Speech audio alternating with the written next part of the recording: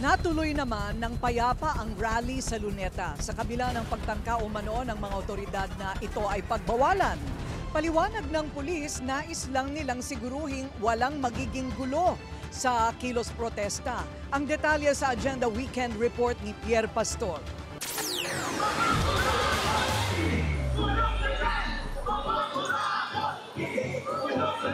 Sabotahe raw kaya hindi maayos na naganap ang tagpuan at programa ng mga rallyista sa Luneta. Itong sinabi ni Attorney Luke Espiritu ng Bukluran ng mga Manggagawang Pilipino. Ayaw kaming bigyan ng stage ng mga pulis. Hindi ko alam kung bakit. Dahil ba nananawagan ang lahat ng mga grupong nagmarsya dito na pati si Marcos singilin. Sinigundahan naman ito ni Teddy Casino at sinabing matagal na silang nagpaalam na magkakasa ng kilos protesta dito sa Luneta. Pero alauna raw ng madaling araw kanina ay sinabing hindi na sila pinapayagan.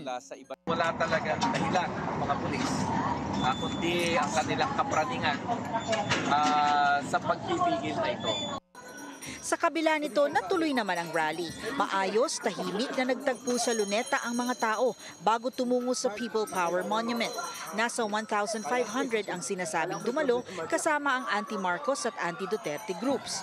Unang naabutan ng Billionaire News Channel bandang 6:30 ng umaga ang grupo ng PWD na naghayag din ng kanilang mga damdamin sa pagpapabaya umano ng gobyerno sa kanilang mga may kapansanan. Instead na maibigay na lang po sa mga katulad namin at nang kami naman po ay makaranas ng maayos na pamumuhay dito sa ating bansa. Bigyan lang po ng pansin yung mga katulad namin na hirap din po, lalo na sa trabaho.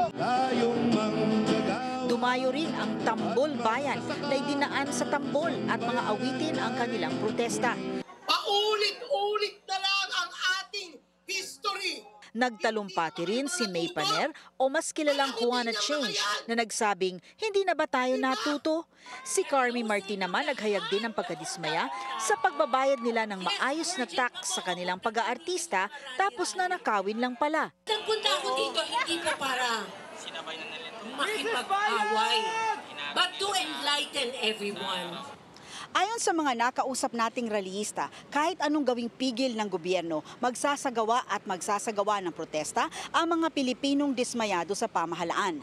Paliwanag naman ng mga pulis, hindi naman daw sinabing bawal ang mag-rally ngayong araw na ito. Sinisiguro lamang daw nila na tahimik at walang gulo ang kilos protesta. Para sa Agenda, Pierre Pastor, Billionaire News Channel. Manatiling nakatutok sa Billionaire News Channel. Sumubaybay sa aming social media accounts at mag-subscribe sa aming YouTube channel para sa mga bago at eksklusibong balita.